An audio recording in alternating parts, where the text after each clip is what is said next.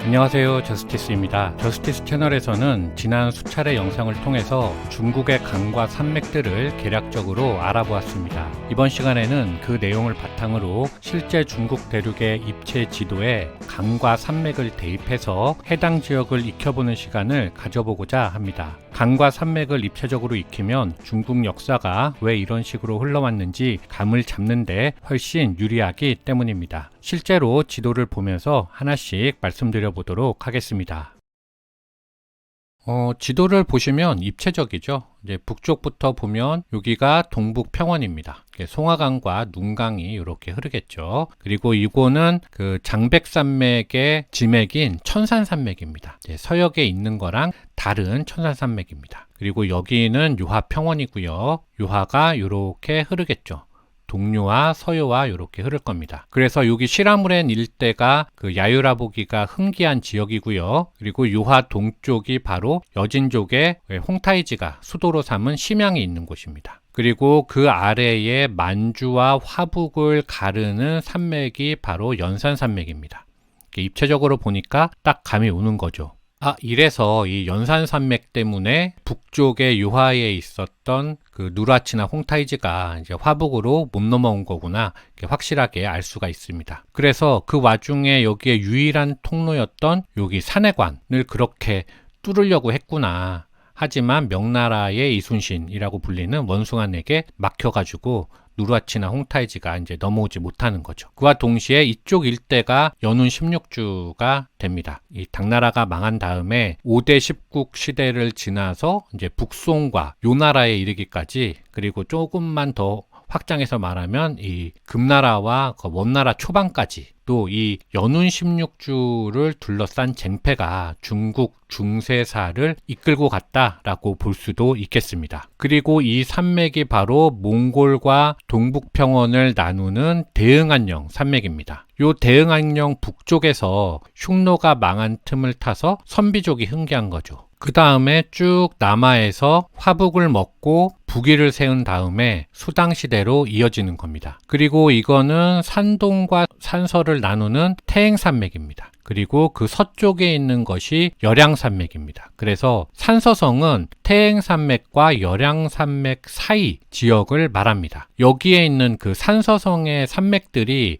모두 험준하기 때문에 중국 왕조가 북쪽 유목민들의 침입을 막는 방어의 요충지로 활용했던 지역입니다. 그리고 산동은 여기 태산산맥 서쪽부터가 산동성입니다. 이제 대략 이렇게 되겠죠. 산동 반도고요. 독일 애들이 20세기에 19세기 말인가요? 이때부터 이렇게 배 타고 들어와서 밑에 청도에다가 칭따오에다가 맥주 공장을 세운 거죠. 칭따오 맥주입니다. 그리고 북쪽에는 연택고량주가 있겠고요. 그래서 다 이 술들이 다 이쪽 산동반도에서 나오는 거죠. 그리고 이 산동과 산서 사이를 황하를 기준으로 해서 북쪽에 하북성, 남쪽에 하남성이 있는 겁니다. 그리고 화북에는 이제 북경과 천진이 이렇게 있겠죠. 그 다음에 여기는 진진대협곡입니다. 산서성 쪽에서도 진나라가 있었고 이 섬서성 쪽에도 진나라가 있었기 때문에 여기를 진진대협곡이라고 부른다고 말씀을 드렸고요. 이 진진대협곡을 따라서 황하가 이렇게 흘러내려오는 거죠. 여기는 오르도스 고원이고요. 이 북쪽에는 음산산맥이 있고 이제 음산산맥 넘어가 고비사막입니다. 그리고 이 일대를 다른 말로 황토고원이라고 얘기하죠. 이 황토고원을 통해서 황하가 이렇게 흘러내려오는 겁니다. 그리고 밑에서는 이 관중분지를 통해서 위수가 이렇게 흘러가다가 만난 다음에 화산에 막혀서 동쪽으로 방향을 틀고 더 낮은 그 동관 함곡관을 지나서 하북성과 하남성이 기다리고 있는 화북평원으로 들어가게 되는 겁니다. 그래서 이 일대, 이 하남성 일대가 좁은 의미에서 중원이 되는 거죠. 그리고 여기 함곡관을 기준으로 동쪽을 관동지역, 그리고 서쪽을 관중지역이라고 한다고 말씀드렸습니다. 그렇게 황하가 흐르다가 이 산동성 태산에 막혀서 태산 북쪽으로 흘러서 산동반도 북쪽으로 해서 바레만으로 빠져나가는 거죠. 이 위수 밑으로는 진령산맥이 이렇게 있고요. 진령 회수선 할 때 그 진령산맥입니다. 그리고 질령산맥 바로 밑에 있는 것이 대파산맥이거든요.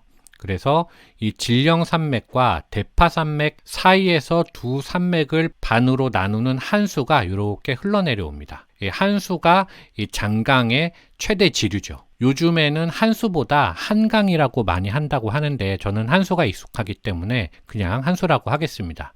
이 한수가 어디서 바로 이 한중분지, 한중시에서 흘러옵니다. 이제 보시면 북쪽에 관중분지가 있고 밑에 이제 사천분지가 있는데요. 그 사이에 한중분지가 또 자그마하게 있습니다.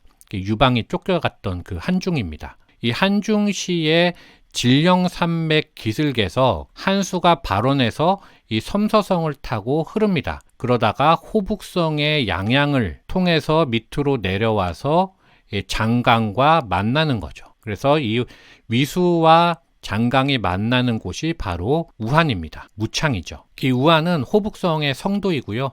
무척 중요한 도시인데요. 이제 코비드-19이 발생한 곳이기도 합니다. 왜 초반에 그래서 우리가 코비드-19을 우한 폐렴이라고 불렀잖아요. 이제 바로 그곳입니다. 나중에는 그렇게 사용하지 않기로 했죠. 그리고 역사적으로 볼 때도 매우 중요한 곳인 게 이 청조 붕괴가 시작되는 그 우창봉기, 이 무창봉기가 일어난 지역이 바로 이 지역입니다. 그래서 신해혁명이 여기서부터 시작이 된 거죠. 현재도 인구 1000만이 넘는 이 메가시티입니다. 우한은. 그리고 이제 위수가 이렇게 흘러내려오는데 이쪽이 바로 이 삼국지에서 등장하는 양양입니다. 이제 위수랜다. 한수죠. 한수 남쪽이 양양이고요. 한수 북쪽을 번성이라고 했습니다. 물론 지금은 둘 다 양양시에 속합니다. 그리고 요 산은 옆에 있는 요 산은 대홍산이라고 합니다. 그래서 이 삼국지에서 말하는 형주가 바로 이 일대를 말하는 겁니다. 그래서 형주가 위나라, 오나라, 총나라가 만나는 지점이었잖아요. 그래서 여기서 이제 피터지게 싸우는 거죠. 뭐 적벽대전이니 이릉대전이니 하는 그 큰 싸움들이 벌어졌던 곳이 바로 이쪽 다 형주 일대입니다. 그래서 여기가 이제 장강처럼 보여지거든요. 여기를 흐르는 이 장강을 형주에서 흐르는 장강이다라고 해서 형강이라고 부른다고 제가 지난번에 말씀드린 바가 있습니다. 여기도 보시면 이제 굽이굽이 흐르게 되죠. 형강입니다. 그리고 밑에서 올라오는 강은 원강입니다. 그래서 이 지역에 홍수가 많았다. 그래서 이 홍수를 막기 위해서 지은 댐이 바로 삼엽댐이다 라는 말씀도 드렸습니다. 이 평원은 그 장강과 북쪽에서 흘러내려오는 이 한수가 만나는 지역이기 때문에 강한평원이라고 부릅니다. 그리고 다른 말로는 양호평원이라고도 부릅니다. 이 북쪽에는 그 회수가 출발하는 하남성의 동백산이 있고요. 그리고 그 밑에 산은 대별산입니다. 둘 다 그 큰 산이어서 산맥으로 불리기도 합니다. 이 대별산 밑으로 장강이 흐르고요. 그 밑에 있는 산은 막부산입니다. 이 일대를 다 합쳐서 장강 중하류 평원이라고 합니다.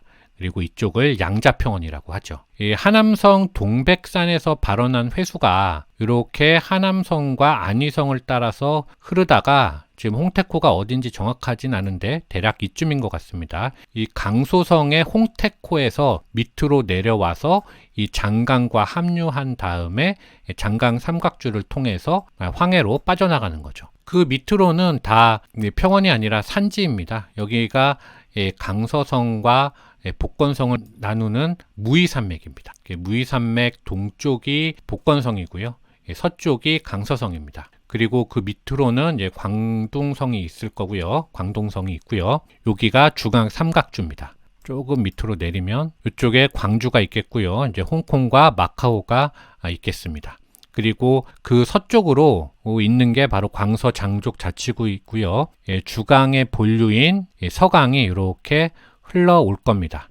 그리고 북쪽에서 이제 북강, 동쪽에서 동강도 흐르다가 이제 서로 만나서 주강 삼각주를 형성해서 이렇게 여기서부터가 이제 주강이라고 보통 불리죠. 이쪽은 서강이라고 합니다. 서강이 주강의 본류입니다. 자, 이렇게 해서 지난 시간을 통해서 알아본 중국의 주요 산맥과 강들을 한번 다시 대략 훑어봤고요.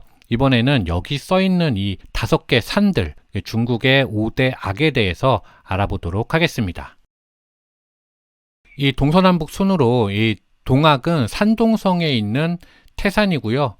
서학은 섬서성에 있는 화산입니다. 남학은 호남성에 있는 형산이고요. 북학은 산서성에 있는 항산입니다. 마지막으로 중학은 하남성에 있는 숭산입니다. 먼저 동학 태산은 서쪽에 있는 이 태행산맥과 함께 산동과 산서를 나누는 기준이 됩니다. 최고 높이가 1545m 정도 되고요. 중국의 다른 산들에 비해서 그렇게 높은 산은 아니죠. 고대부터 하늘의 제사, 즉 봉선제를 지내는 장소로 사용되었습니다. 진시황이나 한 무제가 다 여기서 제사를 지냈다고 하죠. 그런데 여기 전부를 태산이라고 하지는 않습니다. 조금 세분화해서 볼 수 있는데요. 보시면 여기 태산이 있고요. 그 다음에 노산, 몽산, 니산, 기산 뭐 이런 식으로 각자 다른 이름을 가지고 있다는 정도만 보고 넘어가도록 하겠습니다. 그리고 다음으로 이 서학은 섬서성에 있는 화산인데요. 이제 화산은 높이가 2437m에 이르는 험준한 산으로 유명합니다. 진진대엽곡을 따라서 내려온 황하가 화산에 막혀서 동쪽으로 방향을 튼다고 말씀을 드린 바 있습니다. 그리고 다음으로 남학은 호남성에 있는 형산입니다. 최고 높이가 1300m로 그리 높지는 않지만 수려한 경치는 이 5학 중에서 최고로 여겨집니다. 다음으로 북학은 산서성에 있는 항산입니다. 최고 높이가 2052m에 달하고요. 항산은 예로부터 군사적 요충지였습니다. 왜냐하면 이 산세가 험했기 때문에 북쪽에서 내려오는 몽골군이나 거란군의 침략을 막아내기에 적합한 장소로 선택된 거죠.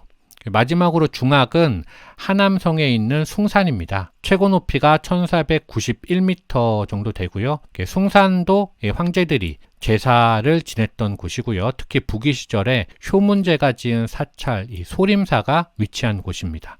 소림 무술이 여기서 시작이 된 거죠.